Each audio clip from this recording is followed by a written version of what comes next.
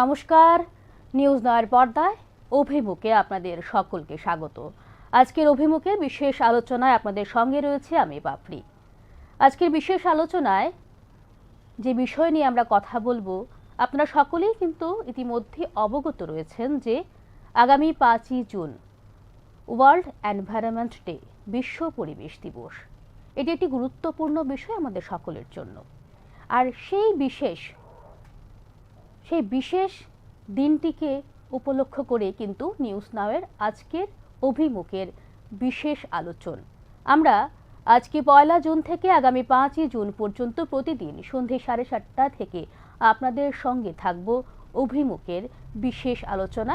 World environment day নিয়ে কথা বলবো আমরা আপনাদের সঙ্গে। আমরা আশা রাখছি এই আলোচনায় আপনারা সকলেই সমৃদ্ধ হবেন এবং অবশ্যই আরও বেশি করে সচেতন হবেন পরিবেশকে নিয়ে। তো কথা না বাড়িয়ে আমরা যাব আলোচনায়। আমার সঙ্গে আজকে স্টুডিওতে রয়েছেন এমবিবি ইউনিভার্সিটি আগরতলার রেজিস্ট্রার ডক্টর সুমন্ত চক্রবর্তী মহাশয়কে নমস্কার, স্বাগত জানাই আমাদের নিউজ নাওয়ের পর্দায়। প্রথমেই যে বিষয়ে যাব স্যার, ওয়ার্ল্ড এনভায়রনমেন্ট ডে খুবই প্রয়োজনীয় একটি আলোচনা আমার মনে হয়, ব্যক্তিগতভাবে মনে করছি, আর খুবই প্রাসঙ্গিক। তার সঙ্গে আজকের দিনে দাঁড়িয়ে এনভায়রনমেন্ট নিয়ে আলোচনার অনেক কিছু আছে। তো প্রথমেই যেটা আমি যাব যে বিশ্ব পরিবেশ দিবস আমরা সকলেই পালন করি, কিন্তু কেন সেটি পালন করা হয়, তার গুরুত্বটা ঠিক কী রয়েছে? বিশ্ব পরিবেশ দিবস দিনটি আমরা 5ই জুন পালন করা শুরু হয়েছিল 1972 সালে স্টকহোম কনফারেন্সের থেকে।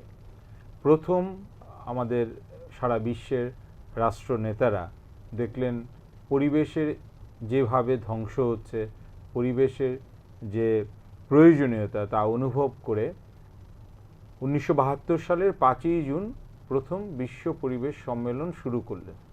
সেই দিনটিকে মাথায় রেখেই 5ই জুন যেহেতু স্টকহোমের এই বিশ্ব পরিবেশ সম্মেলন শুরু হয়েছিল, প্রতি বছর আমরা এই বিশ্ব পরিবেশ দিবসটিকে পালন করি।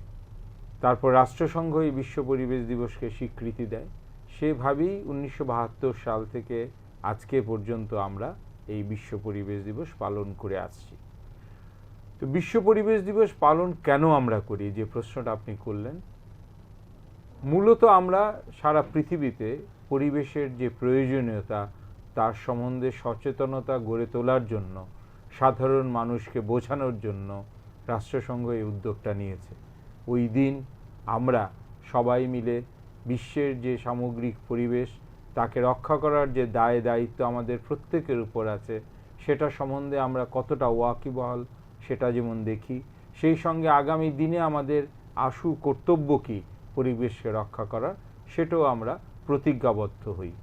আর সেটাকে মাথায় রেখেই রাষ্ট্রসংঘ প্রতি বছর বিশ্ব পরিবেশ দিবসের একটা মূল ভাবনা ঠিক করে দেয়। ওই ভাবনাটাকে মাথায় রেখেই যে প্রতি বছর এই আন্দোলন যে চলবে, পরিবেশ বাঁচানোর আন্দোলন, পরিবেশকে রক্ষা করার আন্দোলন, তা ঠিক করা হয়। আচ্ছা, প্রতি বছরই তো বিশ্ব পরিবেশ দিবসের কোনো না কোনো থিম থেকে থাকে। এবছরের থিমটা ঠিক কী রয়েছে এবং তাকে নিয়ে, সেই থিম নিয়ে কি চলছে পর্যবেক্ষণ? এবারের যে মূল ভাবনা সেটা হচ্ছে inspired by nature for climate for our future. তো আমরা তো সবাই জানি প্রকৃতিকে আমরা প্রতিদিন আমাদের নিজেদের প্রয়োজনে ব্যবহার করছি, কিন্তু প্রকৃতিকে রক্ষা করার সেভাবে আমরা প্রচেষ্টাটা নিচ্ছি না। এটাকে মনে করিয়ে দিয়েই এবারের যে বিশ্ব পরিবেশ দিবসের ভাবনা সেটাকে রাখা হয়েছে মূল ভাবনাটিকে।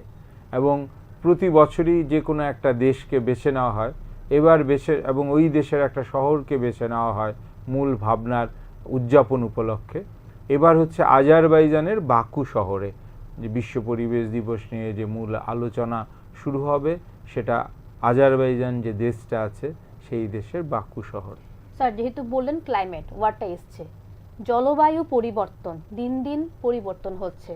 আমরা হয়তোবা আগে আমরা বই খাতায় পড়েছি 6টা ঋতু, ত্রিপুরায় নাতিশীতোষ্ণ ওয়েদার, কিন্তু এখন কিন্তু সব কিছুই যেমন একটু উল্টো পাল্টো, 6টা ঋতুই আমরা সেভাবে উপলব্ধি করতে পারি না। তো জলবায়ু পরিবর্তন আপনার কি মনে হয় আমাদের জীবনে কতটা প্রভাব ফেলছে? জলবায়ু পরিবর্তন আমাদের জীবনে একটা বিশাল প্রভাব ফেলছে এবং আমরা সবাই দেখতে পাচ্ছি জলবায়ুর পরিবর্তনের ফলে আমরা কি অবস্থায় যাচ্ছি। আপনি ষড়ঋতুর কথা বললেন, এখনও আমরা যারা ত্রিপুরাতে থাকি তারা অত্যন্ত ভাগ্যবান, আমরা ষড়ঋতুটা অনুভব করতে পারি। অনেক জায়গায় ষড়ঋতু অনুভব করা যাচ্ছে না, শীতের সময় যে তাপমাত্রা থাকার কথা তা থাকছে না, প্রচণ্ড পরিমাণের দাবদাহের মোকাবিলা আমাদের করতে হচ্ছে, ঝড়ের সংখ্যা অনেক বেড়ে গেছে, অনেক জায়গায় অতি বৃষ্টিপাত হচ্ছে। এই যে প্রকৃতির যে একটা শৃঙ্খল ছিল সেই শৃঙ্খলটা অনেকাংশেই ভেঙে যাচ্ছে। তাই আমরা বিজ্ঞানীরা যেটা বলছিলেন আজকে থেকে 25-30 বছর আগে আমরা যখন পরিবেশ নিয়ে কাজ করা শুরু করেছি, আমরা দিকে দিকে এই কথাগুলি বলতাম, বিজ্ঞানীদের এই কথাগুলি, যে পরিবেশের এরকম একটা পরিস্থিতি হতে পারে। আর এটা আমরা আমাদের জীবদ্দশায় দেখে যাচ্ছি, পরিবেশের এই পরিস্থিতিটা হয়ে গেছে। তাই সারা বিশ্ব জুড়েই, এটা শুধু আমাদের রাজ্যে বা আমাদের দেশে নয়, সারা বিশ্ব জুড়েই এই যে আবহাওয়ার পরিবর্তন বা যেটাকে আমরা বলছি global warming and climate change, তার একটা সুদূর প্রসারী প্রভাব আমাদের সবার মধ্যেই পড়ছে। আচ্ছা স্যার, যেহেতু ক্লাইমেট চেঞ্জটাও এসছে, জলবায়ু পরিবর্তন, সেটা থেকে বেরিয়ে আসতে আমাদের এখন ঠিক কি সমাজের এখন ঠিক কি করা দরকার, যে কিছুটা হলেও যেন সেটা থেকে আমরা বেরিয়ে আসতে পারি? দেখুন, এক কথায় তো এটার উত্তর দেওয়া যাবে না। এই জন্যই তো বিশ্ব পরিবেশ দিবসে এই সচেতনতামূলক কর্মসূচির হাতে নেওয়া হয়। মানুষ তার নিত্য প্রয়োজনে উন্নয়নের তাগিদে পরিবেশকে যথেচ্ছভাবে লুণ্ঠন করেছে, আদিকাল থেকেই করেছে। এখন সংখ্যা অনেক বেড়ে গেছে, তাই জনসংখ্যার দৈনন্দিন চাহিদা মেটানোর জন্য পরিবেশের উপর চাপ অনেক বেশি পড়ছে। কিন্তু আমাদেরকে এটাও মনে রাখতে হবে, যদি এই পৃথিবীটা না থাকে, প্রকৃতিকে যদি আমরা রক্ষা না করি, তাহলে এই যে উন্নয়ন বা আমাদের যে জীবনযাত্রার প্রয়োজনীয় যে জিনিসগুলি পরিবেশ থেকে আমরা প্রতি মুহূর্তে নিচ্ছি, সেটার যোগান আর থাকবে না। তাই আমাদের সবাইকে এই মুহূর্তে সচেতন হতে হবে এবং সেই সঙ্গে যারা রাষ্ট্র নিয়ন্ত্রণ করেন তাদের সবাইকে পরিবেশকে একটা মুখ্য ভূমিকায় আনতে হবে। পরিবেশই যদি না থাকে, প্রকৃতিই না থাকে, তাহলে তো দেশ থাকবে না, তাহলে মানুষ থাকবে না, কোনো প্রজাতি থাকবে না। এই ক্ষেত্রে আমার মনে হয় ভারতের সংবিধান আমাদেরকে অনেক বেশি জায়গা দিয়েছিল, কিন্তু আমরা সেই জায়গাটা সম্পূর্ণভাবে রক্ষা করতে পারছি না। আমাদের সংবিধান আমাদেরকে বলেছে, সংবিধানের 21 নম্বর ধারায়, protection of life and personal liberty. আবার সংবিধান তার 51A যে ধারাটা আছে সেখানে বলেছে, it shall be the duty of every citizen of India to protect and improve the natural environment including forest, lakes, rivers and wild life and to have compassion for living creation. তাই একজন মানুষ হিসাবে, একজন নাগরিক হিসাবে এটা আমাদের দায়িত্বের মধ্যে পড়ে, যেখানে ভারতের সংবিধান বলে দিয়েছে যে আমাদের প্রত্যেককে নাগরিক হিসাবে আমাদের পরিবেশকে বাঁচিয়ে রাখার, পরিবেশের প্রত্যেকটি প্রজাতিকে বাঁচিয়ে রাখার দায়িত্ব নিতে হবে। সেই দায়িত্বকে মাথায় রেখেই পরিবেশ দিবসে আমাদের দৃঢ় প্রতিজ্ঞ হওয়া উচিত যে আমরা আমাদের দেশকে বাঁচিয়ে রাখব। আমি আমার কথাটা শুরু করতে চাই আমার ঘর থেকে। আমার ঘরের পরিবেশকে যদি রক্ষা করি, আমার আশপাশের পরিবেশকে যদি রক্ষা করি, তাহলেই হয়তো আমরা, আপনি যেটা বলছেন যে ক্লাইমেট চেঞ্জ বা গ্লোবাল ওয়ার্মিং থেকে অনেকাংশেই রক্ষা পেতে পারবো। আমরা সেটা করছি না। না করে আমরা বিভিন্নভাবে আমরা বলছি উন্নয়নকে শুধু দোষ দিচ্ছি। শুধু উন্নয়নকে দোষ দিয়ে তো লাভ হবে না। উন্নয়নের চাহিদা আছে, কিন্তু উন্নয়নটা পরিবেশ বান্ধব হতে হবে। আরেকটা কথা এখান থেকে আসছে যে উন্নয়ন সঙ্গে পরিবেশ বান্ধব।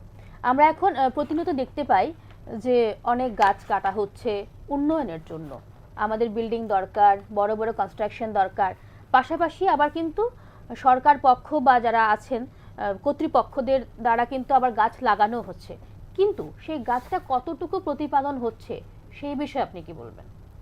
না, গাছ আমরা লাগাচ্ছি, গাছ লাগাই না এই কথাটা তো বলতে পারি না। গাছ আমরা লাগাচ্ছি, কিন্তু আমার মনে হয় গাছ লাগানোর থেকে গাছ বাঁচানোর জন্য পদক্ষেপটা বেশি নেওয়া দরকার। আমরা সবাই গাছ লাগাই, পরিবেশ দিবসে গাছ লাগাবো, আমরা যখন বন মহোৎসব করি তখন গাছ লাগাই, এবং এখন একটা গাছ লাগানোর প্রবণতা সবার মধ্যে এসছে। কিন্তু যে পরিমাণে গাছ লাগানো হয় প্রতি বছর, আমরা কি গাছগুলিকে বাঁচিয়ে রাখতে পারি? সেটাই আমার এক্সাক্ট কোয়েশ্চেন ছিল, যে আমরা প্রতিনিয়ত দেখতে পাই প্রচুর অনুষ্ঠান হচ্ছে, সরকারি বেসরকারি বিভিন্ন সামাজিক মাধ্যম বা এনজিও করছে, অনেক পরিমাণে গাছ লাগাচ্ছে, কিন্তু সেই গাছগুলো ঠিকভাবে রক্ষণাবেক্ষণ হচ্ছে না।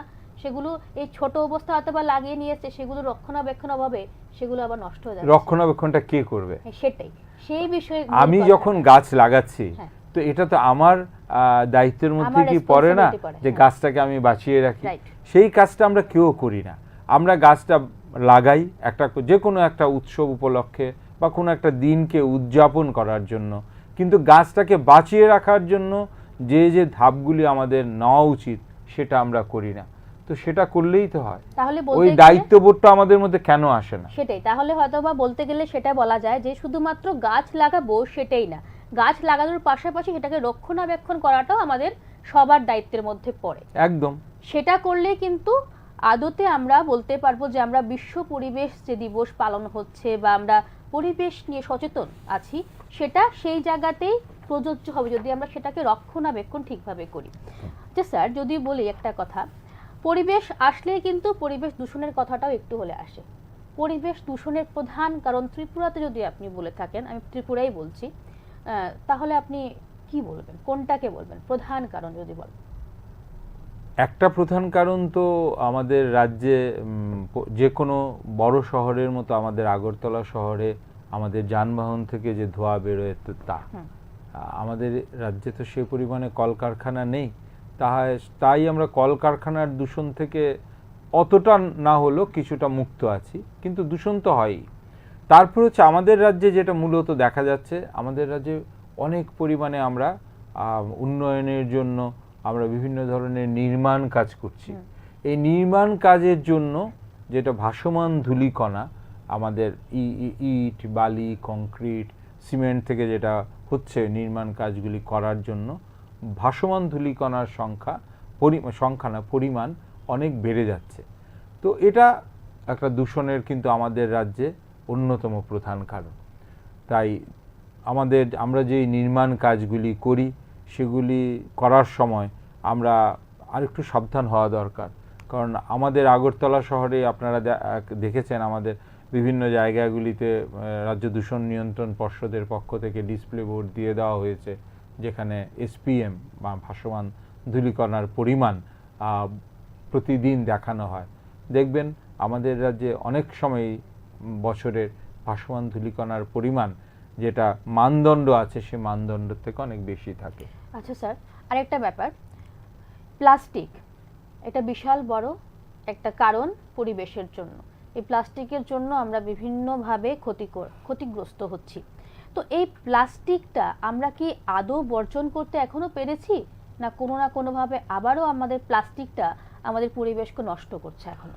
আমার মনে হয় প্লাস্টিকের এই যে ব্যাপারটা, সেটা প্রশ্নটা প্রথম নিজেকে করা উচিত। আমি কি প্রতিদিন প্লাস্টিককে বর্জন করছি? আমি যদি বর্জন না করে থাকি, তাহলে অন্যকে আমি কি বলবো? 100 মাইক্রনের বেশি কম যদি কোনো প্লাস্টিক ক্যারি ব্যাগ থাকে, তা আমরা ব্যবহার করতে পারবো না, 2016 সালের আইনে বলে দেওয়া হয়েছে। তো সেই আইন তো আমি মানছি না, সচেতনভাবেই মানছি না। তো সরকারকে আমি বারবার বলছি যে কেন সরকার প্লাস্টিক ব্যান করছে না। সরকার ব্যান করেছে। আমি আবারও চলে যাচ্ছি সংবিধানের ওই 51A(g) যে ধারাটা আমাদের আছে সংবিধানে, বলে দেওয়া হয়েছে নাগরিক হিসাবে আমার দায়িত্ব আছে। তো আমি নাগরিক হিসাবে আমি তো প্লাস্টিক ব্যবহার করছি। তো আমি প্লাস্টিক ব্যবহার করে আমি ওই প্লাস্টিকটা মিউনিসিপ্যাল ড্রেনে ফেলছি। ওই মিউনিসিপ্যাল ড্রেন প্রতিদিন যখন পরিষ্কার করা হয় বা প্রতি সপ্তাহে পরিষ্কার করা হয়, তখন দেখা যায় হাজার হাজার প্লাস্টিকের ক্যারি ব্যাগ, প্লাস্টিকের বোতল সমস্তগুলি বেরিয়ে আসছে।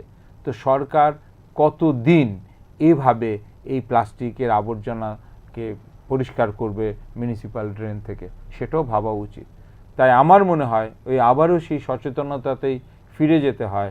প্লাস্টিক ক্যারি ব্যাগ যেমন সরকারি আইন কঠোরভাবে প্রয়োগ করা উচিত, যে যে যে কোনো জায়গায় প্লাস্টিকের ক্যারি ব্যাগ ব্যবহার করা যাবে না। অনেক রাজ্যই করেছে। আমাদের কাছে এই যে উত্তর পূর্বাঞ্চলের আমাদের যা বলি কাছে পার্শ্ববর্তী রাজ্য সিকিম সম্পূর্ণ প্লাস্টিকের ব্যবহার বন্ধ করেছে। আমরা ইচ্ছে করলেই করতে পারি, সেটা কিন্তু আমরা করছি না। তো এটাও সত্যি অনেকটা আমরা কমের দিকে যাচ্ছে প্লাস্টিকের, কিন্তু কাঙ্ক্ষিত জায়গায় আমরা এখনো পৌঁছতে পারিনি। তো কাঙ্ক্ষিত জায়গায় যদি পৌঁছতে না পারি, ওই প্লাস্টিকের আবর্জনা থেকে আমাদের কোনো মুক্তি নেই। এই কথা থেকে একটা কথা বলার আছে যে এই সবগুলো উত্তর কিন্তু আমাদের উপরেই। আমরা যদি নিজেরা ঠিক হই, নিজেরা সচেতন হই, তাহলে কিন্তু পরিবেশকে রক্ষা করা কোনো একটা বড় কাজ হবে বলে আমার মনে হচ্ছে না। প্লাস্টিক বর্জন করা প্রথমে কাজ হচ্ছে আমাদের, তারপরে আস্তে আস্তে আমি করলে আমার পাশের জন করবে, এক এক করে সবাই করবে। তারপরে আমরা আমাদের রাজ্যকেই প্রথমে করি না প্লাস্টিক মুক্ত, তারপরে একে একে প্রত্যেকটা রাজ্য হবে, তারপরেই তো হবে প্লাস্টিক মুক্ত ভারতবর্ষ। এবং পরিবেশকে আমরা তখন আরো সুন্দর করতে পারবো, আরো সবুজ করতে পারবো এবং সুন্দর করে রক্ষা করতে পারবো। স্যার, এবার আসি, একটা কোয়েশ্চেনই বলবো। এই মুহূর্তে দাঁড়িয়ে জ্বালানির অভাব প্রতিটা মানুষ সেটি আমরা ফেস করছি। পেট্রোল ডিজেলের দাম দিন দিন বৃদ্ধি পাচ্ছে। তার জন্য কেন্দ্রীয় সরকার থেকে ইতিমধ্যেই জারি করা হয়েছে যে অফিসের টাইমিং, তারই সঙ্গে রোস্টার ডিউটি, এরকম বিভিন্ন কিছু করেছে।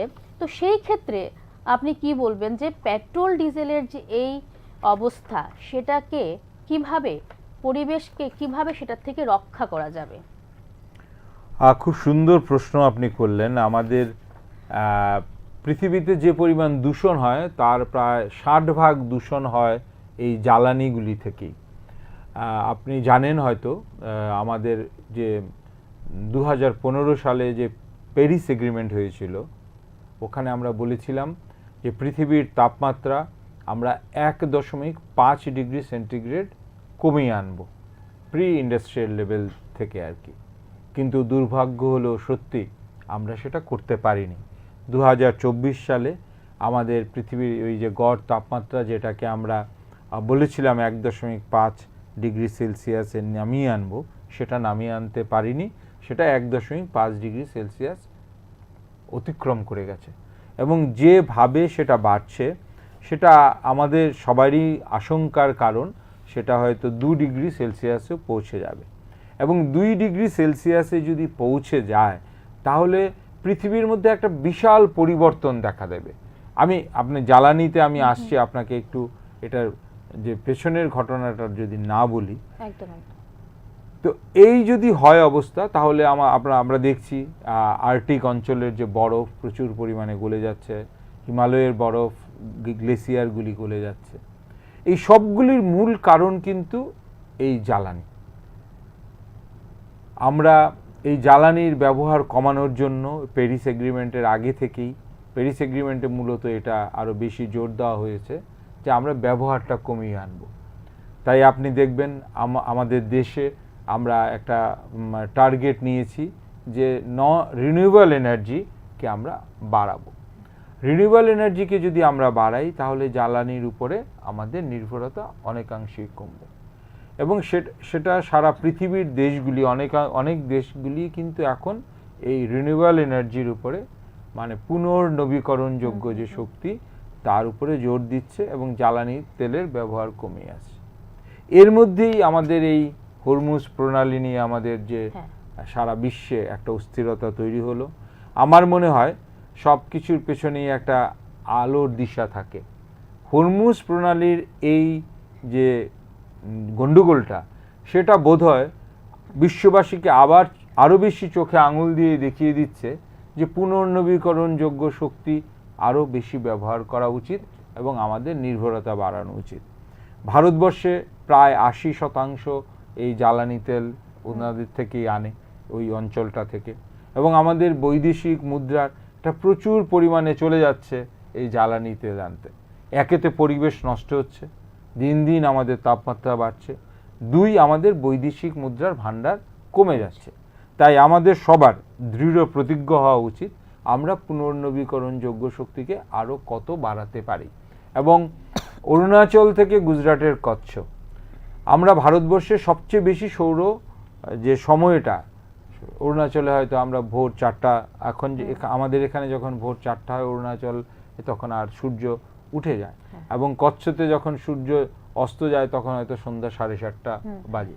তাই এই বিশাল সময়টা আমরা যদি সারা ভারতবর্ষে এই সৌরশক্তিকে কাজে লাগাতে পারি, আমাদের জ্বালানির প্রতি নির্ভরতা যেরকম কমবে, সেরকমভাবে আমরা আমাদের পরিবেশকে রক্ষা করার কাজে আরও অগ্রসর হতে পারবো। আচ্ছা স্যার, এই যে পদক্ষেপ গ্রহণ করা হয়েছে যে পেট্রোল ডিজেলের যে আমাদের ক্রাইসিস রয়েছে, তার জন্য বারবার বলা হচ্ছে যে কম করে খরচ করা বা এরকম ভেহিকেল যেন ইউজ না করা হয়, তার জন্য ইলেকট্রিক ভেহিকেল ইউজ করা হয়। আপনার কি মনে হয় এটাই কি এনাফ, নাকি অন্য কোনো সরকার থেকে অন্য কোনো পদক্ষেপও গ্রহণ করা দরকার এই সব কাজের জন্য? না, আপনি দেখুন, বিজ্ঞানের অগ্রগতিটা যদি আপনি আস্তে আস্তে দেখেন, আমরা কিছুদিন আগে আমরা কি ব্যবহার করতাম, শুধু পেট্রোল ব্যবহার করতাম বা ডিজেল ব্যবহার করতাম। এবার আমরা পেট্রোলের সঙ্গে ইথানলকে মিক্স করলাম। তাহলে মানে আপনি যদি 100 লিটার পেট্রোলের সঙ্গে 10 লিটার ইথানল ব্যবহার করেন, তাহলে আপনি 110 লিটার পেয়ে গেলেন। মিক্সিং করে আমার ওই কোয়ান্টিটিটা কিন্তু কম লাগলো। তারপরে আমরা এখন চেষ্টা হচ্ছে হাইড্রোজেনের গাড়ির ব্যবহার করার জন্য জ্বালানি হিসাবে, ইলেকট্রিক ভেহিকেল তো আছেই। তাই আমার মনে হয় আমরা আস্তে আস্তে ওই দিকে অনেকটা এগিয়ে যাচ্ছি, এবং জ্বালানির উপর নির্ভরতা তো কমবেই। কারণ না আমি এখনই যেই জায়গায় পৌঁছে গেছে জ্বালানির দাম, আগামী দিনে হয়তো আরও বাড়বে। তাই বিকল্প হিসাবে ইলেকট্রিক ভেহিকেল বা হাইড্রোজেন ড্রিভেন ভেহিকেলের পরিমাণ তো বাড়বেই, এটা ডিমান্ড। সো ডিমান্ড বেশি থাকলে প্রোডাকশন বেশি তো হবেই ওই ধরনের ভেহিকেলের। সেই ক্ষেত্রে ডিমান্ড যখন বাড়বে, প্রোডাকশন বাড়বে, কিন্তু সেই ক্ষেত্রে সরকার পক্ষ থেকে যদি কোনো উদ্যোগ গ্রহণ করা হয় সাধারণ যারা নাগরিক রয়েছেন তাদের জন্য, যাতায়াতের জন্য, তাহলে কি সেটা? দেখুন, আমরা যারা পরিবেশ নিয়ে কাজ করি তারা সবসময় একটা কথা বলি যে গণপরিবহন ব্যবস্থাকে শক্তিশালী করতে হবে। যে কোনো জায়গায় গণপরিবহন ব্যবস্থা যদি শক্তিশালী হয়, তাহলে এই জ্বালানি তেলের ব্যবহার অনেক কমবে। তো আমাদের রাজ্য এটা করা উচিত, আমি মনে করি, এবং আমরা যারা পরিবেশ নিয়ে কাজ করি সবাই এটা মনে করেন যে গণপরিবহন ব্যবস্থা আমাদের রাজ্যে আরও শক্তিশালী করা উচিত, বাস চালু করা উচিত, এবং সাইকেল, আমরা এটা অত্যন্ত একটা পরিবেশ বান্ধব বাহন। আমরা যদি সাইকেল যে চালাই, সাইকেল চালালে দুটো জিনিস হয়, একদিকে জ্বালানি সাশ্রয় হবে, দ্বিতীয়ত আমরা আমাদের স্বাস্থ্যের প্রতিও সচেতন থাকবো। তো এগুলি করা উচিত। আমরা কেন করছি না সেটা তো একটা প্রশ্ন। আবার আমার মনে হয় ওই সচেতনতাটাই ফিরে আসা উচিত, এবং সরকারের আরো কঠোরভাবে এই জায়গাগুলিতে পদক্ষেপ নেওয়া উচিত, যে সাইকেল ব্যবহার করার জন্য উৎসাহিত করা যেরকম উচিত, এবং বলা উচিত যে অন্তত যেরকম আপনি বলছিলেন অফিস বলা হয়েছে যে আমরা যাতে 9:30 থেকে 6টা পর্যন্ত এখন অফিসের সময় হয়েছে, যে যিনি সাইকেলে করে অফিসে যাবেন তাকে একটা স্পেশাল ইনসেনটিভ দেওয়া আমরা শুরু করতে পারি, যে আপনি যদি সাইকেলে করে যান তাহলে সরকার একটা আপনাকে রিওয়ার্ড দেবে, বা হয়তো আপনাকে হাফ অ্যান আওয়ার প্রতিদিন রিল্যাক্সেশনই দিয়ে দিল, যে আপনার জন্য যদি সাইকেলে করে যিনি যাবেন তাকে আধ ঘন্টা অফিসে কম কাজ করতে হবে। তো এইভাবে যদি আমরা উৎসাহিত করি তাহলে পরিবেশকে আরো বেশি রক্ষা করার জন্য আমরা চেষ্টা করতে পারবো। সেই সব কিছুর পেছনেই কিন্তু মূল কথা হলো সচেতনতা।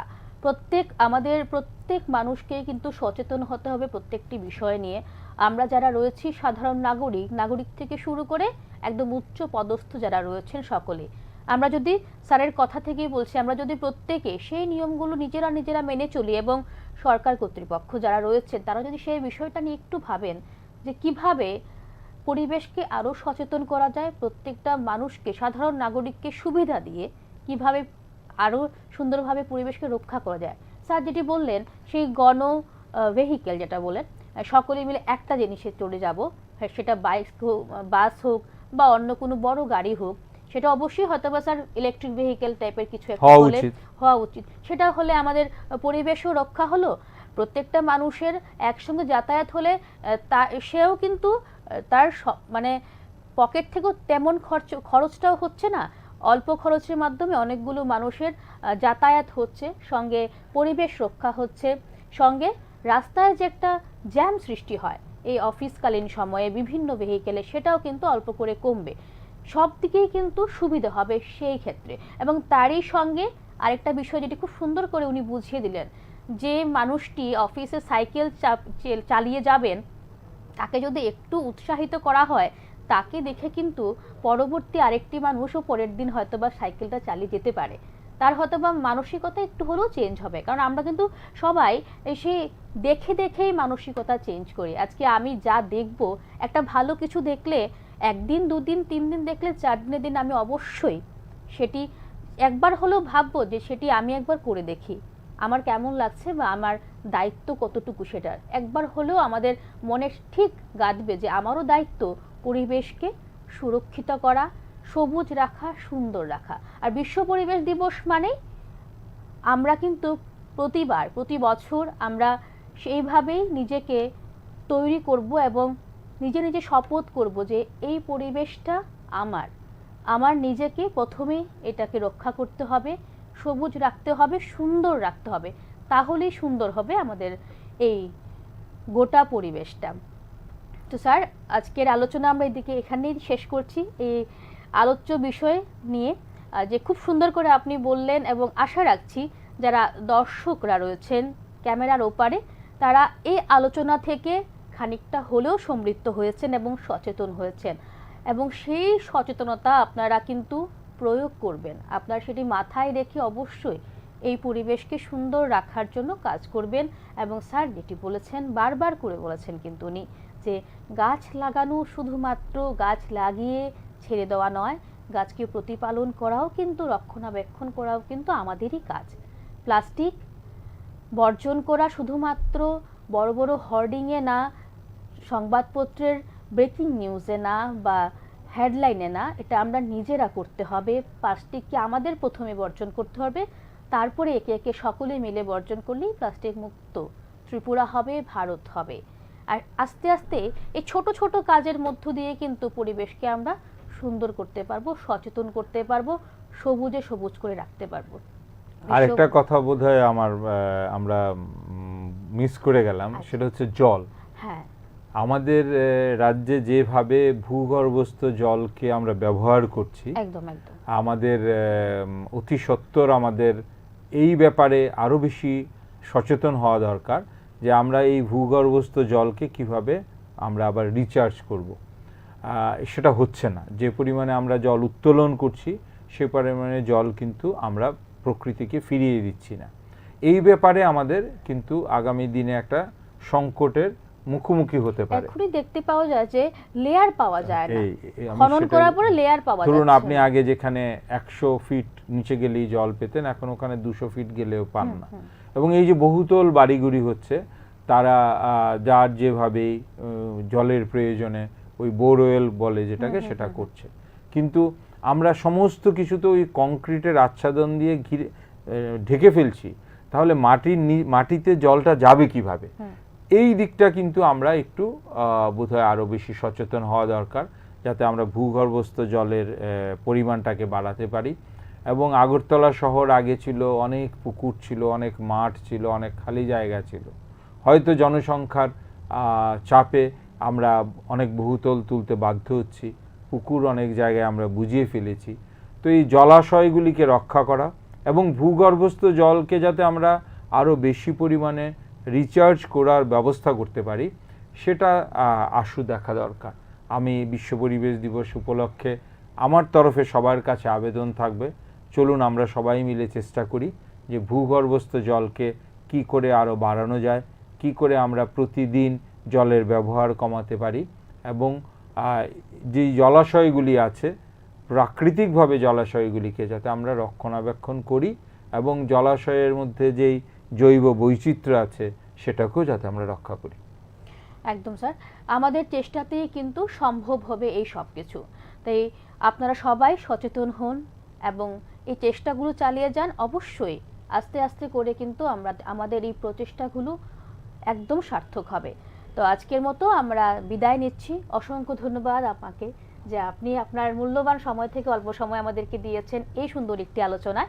আমরা আগামীকাল আবারও থাকব এই নিউজ নাওয়ের পর্দায় এই বিষয় নিয়ে কথা বলার জন্য। ততক্ষণে আপনারা দেখতে থাকুন নিউজ নাও। নমস্কার। নমস্কার।